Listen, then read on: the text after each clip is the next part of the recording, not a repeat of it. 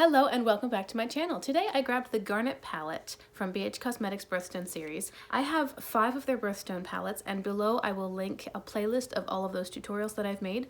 And I thought it would be fun to revisit each palette during the corresponding month and do a second look. So we're in January and here is the Garnet palette. So I want to make sure that my second looks are quite different from my first. And for me with the Garnet palette, that was a little bit challenging because there are really only 2 colors in here. You've got red and you've got brown.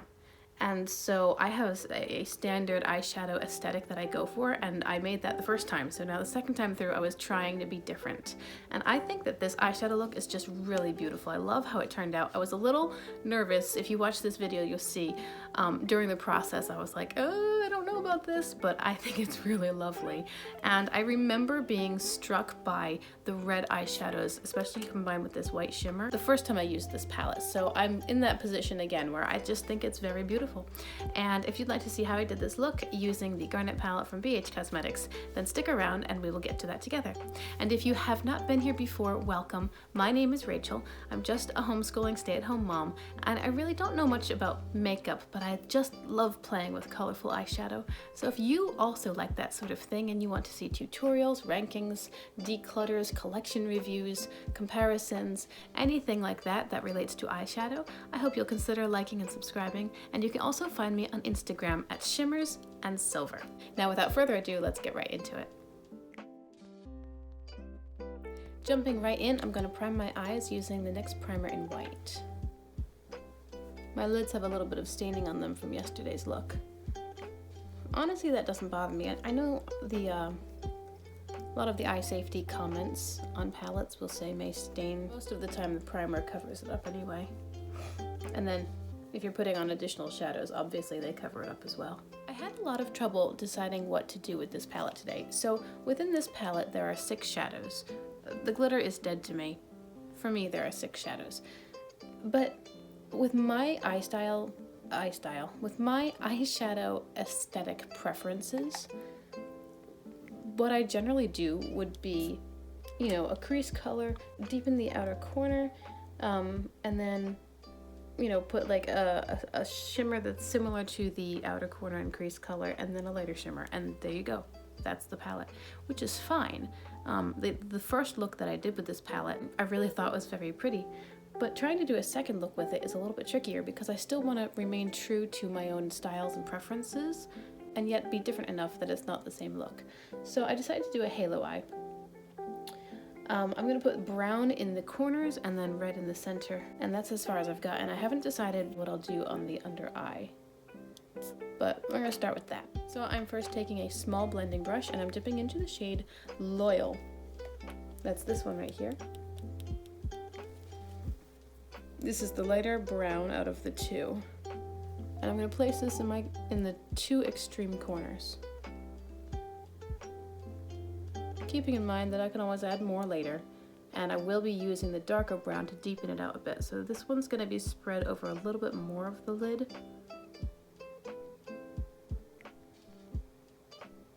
And then I'll be adding the other one in on top to deepen it.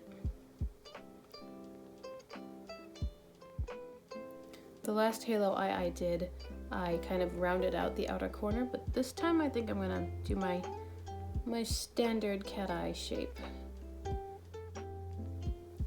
I don't like it when the outer corner colors cap off the center area. That's just my preference. So I'm just keeping the shades in the corners and I'm not dragging them through the entire crease. I'm going to take a very fluffy detail crease brush from e.l.f. and dip into this neutral shade in the palette called Sensitive here. And I'm going to use this to help kind of help fill in this naked area where it's just eyelid and primer. It's also going to blend out that light brown to just transition it into the skin a little bit better. Now this color is basically my skin tone, which ordinarily I wouldn't really use, but it's good for blending out shades if you want them to just kind of disappear into nothing.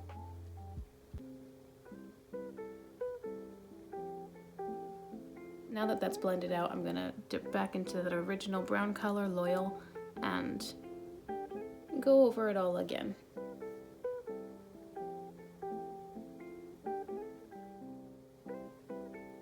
This brown shade reminds me of the brown colors from Blueberry Muffin, also BH Cosmetics. It blends out like a dream. There's no patchiness.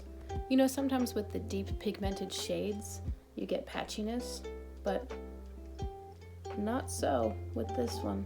And all the browns from Blueberry Muffin as well. They're amazing. I think I'm taking a while today because I'm quite tired today, and I feel like my brain's not quite awake yet, so I'm just taking my time, trying not to make any clumsy mistakes. Alright, I think that's looking pretty even. I'm going to take that same small blending brush and dip into the darker brown, which is called Worksit. W-E-R-K-S. Sometimes these shade names.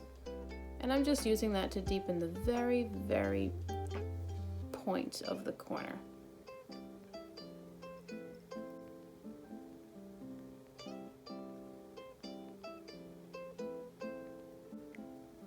It almost doesn't even need to be blended. I'm going to place it down first and then blend it, but it barely needs it. I just want to make sure it's tidy. Alright, now I'm ready to do the center part of the lid, and I'm trying to decide what I want to do. I think because this is the Garnet palette, I'm going to go with red. So using a pinched and relatively dense sort of little brush, I'm going to dip into the shade Go Getter, the red matte in the palette. I'm going to place this in the very center of my halo eye.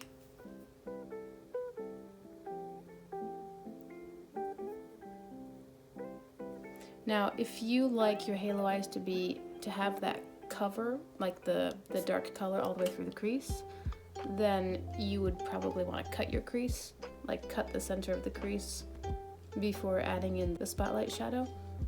But since I don't have that color carrying all the way through, the red's gonna show up just fine. I'm just placing it all over my lid and sort of meeting those browns on the outer edges. And then I'm also carrying it up a little bit towards the brow. I'm going to put shimmer on top of this, I think. I think this will be the base for my shimmer. Wow, this brush is really kind of rough. This is a Morphe brush. I bought Morphe brushes during one of their annual sales when they were like $7 a set, because I didn't have a lot of money and I was really getting into eyeshadow and I needed a variety of brushes. And I thought that buying a set would be the most practical thing to do because that would give me a decent assortment. And I think it was. I bought 2 sets, one for traveling and one for home. They're the same thing, so there's no going back and forth. But they're just not great quality. I feel like the Morphe brushes some of them can be quite rough. And considering that you're painting your eyelids, you don't really want a rough brush. But what are you gonna do? If you guys, I would love to know what you use, what kind of brushes you use that you like the most. If you could leave comments down below and tell me what you like, that would be helpful, because whenever I'm ready to replace these Morphe brushes, and maybe I have a little bit more money to spend than $16 for 2 sets, because I think they were, now I come to think of it, they were actually $8 a piece. I would love to have suggestions, because I don't really know basically anybody who's interested in makeup, and so I can't go and ask a friend. I'm taking that detail crease brush and blending out the top over here of the red. It's going very pink on me. It's going very pink. I'm going to dip back into that sensitive shade, which is the neutral matte, and just place that under my brow bone. I just want to lighten up that area a bit because it's kind of going pink on me, where I'm getting this big pink hued transition color, which I don't specifically want. I'd rather hide that a little bit. Watch, now I'll get cold. Okay, let's see, where are we? I have to be honest, I don't love the way that this is looking right now. I'm not exactly sure why. I mean, I kind of like it. I think for sure that I'll like it more once I add some shimmers. But maybe just because it's all matte, and halo eyes for me can tend to look a little bit sloppy, especially when the colors are so different. I don't know.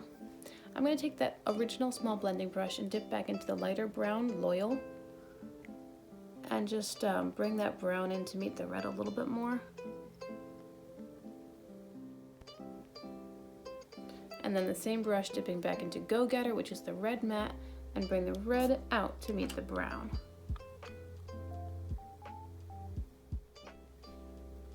That's better. Okay, I'm going to do the same thing on the other side.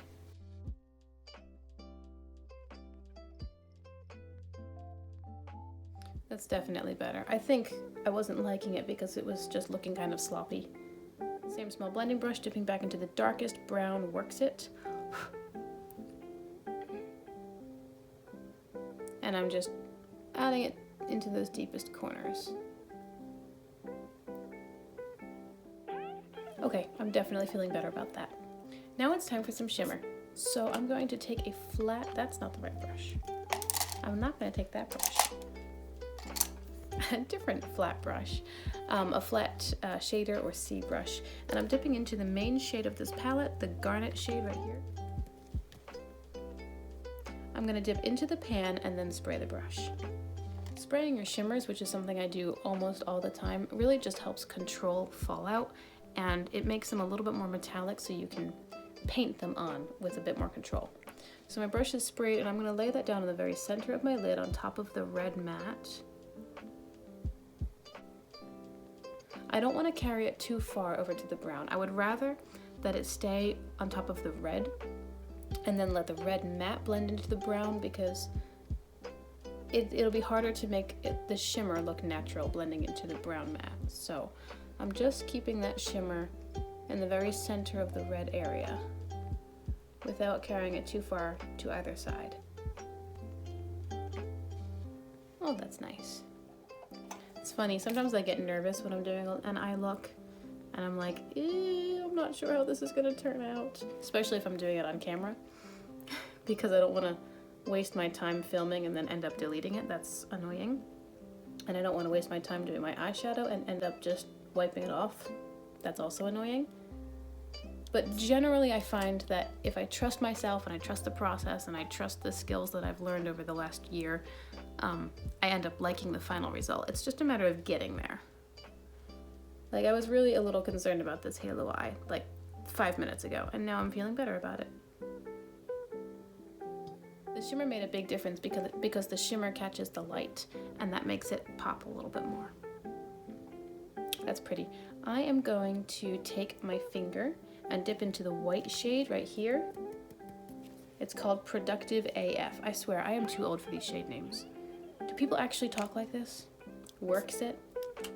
You know that gif of the boy? If you search gifs and it's like search come on or really or something like that, and you get the boy going like this. He's got like a bowl haircut. It's like a 1970s picture. That's my that's my reaction to shade names like Works It and Productive AF. All right, I've got Productive AF on my ring finger, and I'm dipping that right in the very, very center of my lid, in the center of that red shimmer which we just placed down. I'm gonna put some red on top of this, I think. And so this is going to create a base, like a lighter base to put more red on top of and get more of a light dark contrast. The reason I'm going to put red on top of it is because I don't want this where it's brown, red, white, red, brown. I want the center to be very clearly red, not pink or anything else. But laying down a base color of red and then putting white on top of it and then laying down more red over top of that will just very much lighten this center area. So same brush, dipping back into the main shade Garnet, and I'm placing that on top of the white that I just laid down.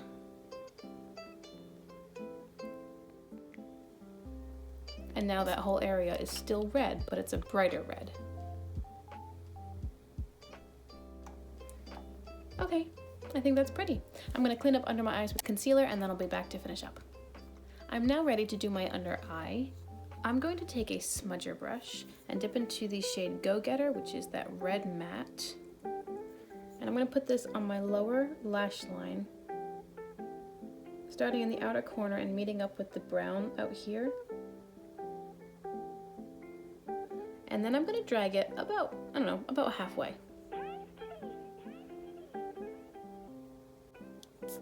I used to use a small blending brush to do my lower lash line or to do my under eye, but I actually find that I think I prefer a smudger brush because it creates a slightly thinner line. Now I'm taking a small pencil brush and I'm dipping into the shade Productive AF again. And this I'm going to spray, so dip into the pan and then spray the brush. And I'm gonna put this on my inner corner, lower lash line, all the way down to meet the red. Isn't that great? Look at that, that's so pretty. And I might as well use it as an inner corner highlight up here as well. Just about done here. I'm taking a white eyeliner and I'm gonna line my waterline.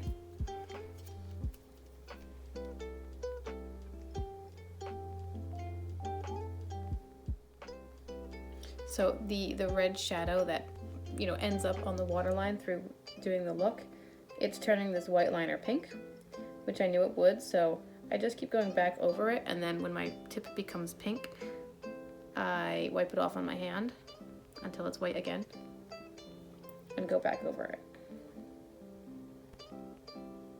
Alright, this is pretty much the eye look. I'm going to go off camera and add a black eyeliner up top. I'm definitely going to do a wing, some mascara, and finish up everything, and then I'll be back to show you the finished look.